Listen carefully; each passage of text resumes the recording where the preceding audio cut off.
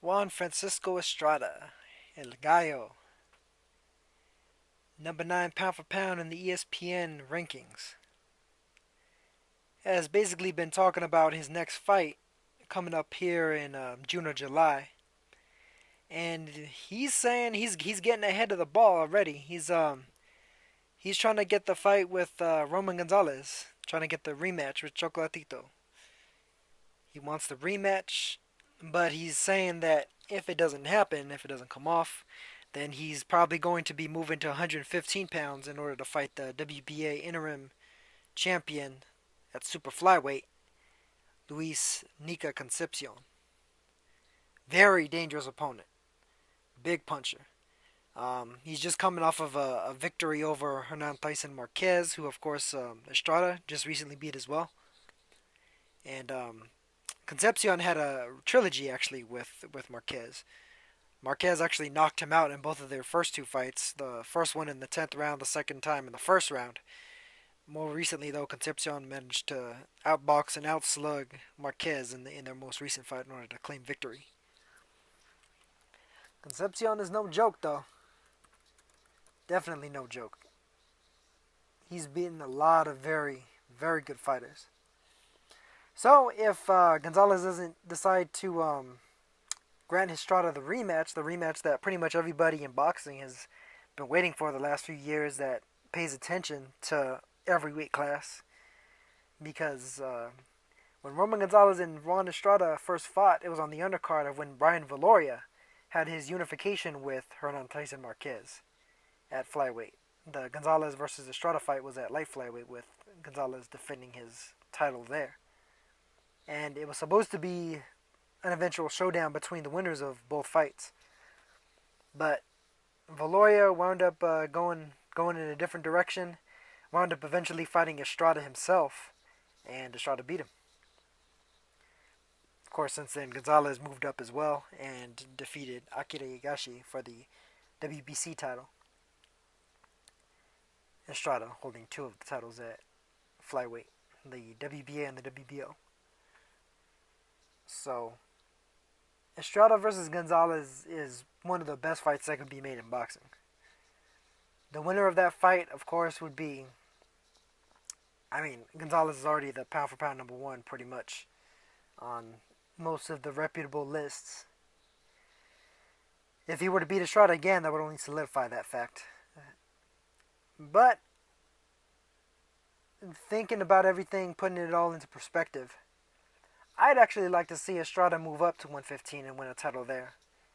Then I'd like to see Gonzalez move up and win a title there, so long as he gets past McWilliams Arroyo. You can't overlook Arroyo.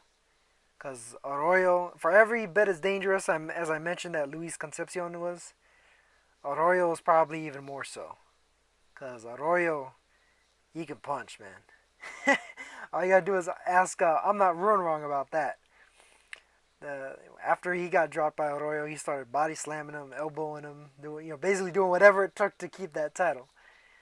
He still shouldn't have kept it, but he managed to sway the judges in his hometown enough anyway. But Gonzalez versus Estrada for a couple of belts at 115, I think, is probably the ideal situation, especially because Estrada hasn't been built up by HBO enough. As far as I'm concerned, HBO has been kind of ducking Estrada because they haven't been mentioning his name as much. Anytime they talk about Gonzalez, originally when Gonzalez was first coming up on HBO, the idea was that they were gonna try and get Gonzalez versus Estrada on HBO. Like that's the fight that they wanted. But the way it turns out, HBO originally, I guess they were offering like $500,000. Gonzalez wants. Originally he wanted $1 million for the fight. Now supposedly he wants $2 million for the fight. Although he said $1 or $2 million recently, so I'm thinking he'll at least be somewhat realistic about it, even if HBO fails to meet the $2 million mark. Estrada himself said that he wants $1 million as well. But in order for that to happen, as far as I see it, with regard to the way HBO generally does business, is build to it. I mean, they're building to the Kovalev versus Andre Ward fight. They built to the Rigondeaux versus Donaire fight. They built to a lot of the high level fights that we've seen the last few years on HBO. Albeit the last few years have been a little bit fewer and far between. But in general, the way you build to these fights is, you have the guys either on the same card or on cards close to each other, and each fighter can be in the crowd at the other fighter's fight. Roy Jones was in the crowd watching Hopkins versus Calzaghe. He eventually fought Calzaghe with Hopkins in the crowd, trying to get a crack at the winner. He didn't get that crack, but it is what it is. But I mean, Gonzalez versus Estrada, I think that they deserve every bit, every cent that they can get for that fight. The first fight was a barn burner. The first fight was pretty much like the real close fight in both of their careers. I mean, otherwise, Gonzalez and Estrada have been performing pretty dominantly over very high level opposition, championship level opposition, repeatedly. And it looks like they're the foil to each other. They're the Marquez Pacquiao. They're the Barrera Morales to one another to a certain extent. And I'd say that Estrada has definitely improved quite a bit. I'd say Gonzalez has improved a lot too. Gonzalez, albeit being older than Estrada, um, he's still smack dab in his prime. He's still improving fight to fight from what I'm seeing. Estrada's definitely improved fight to fight, cause that was his first major step up. Before that, he had been fighting pretty good opponents, but nobody at the elite level. That was his christening. That was his trial by fire, and he pretty much passed it, in spite of the fact that he didn't get the decision. Very close fight, but these two guys really deserve any amount that can be afforded to them, and so I'd like to see the fight built up a little bit better.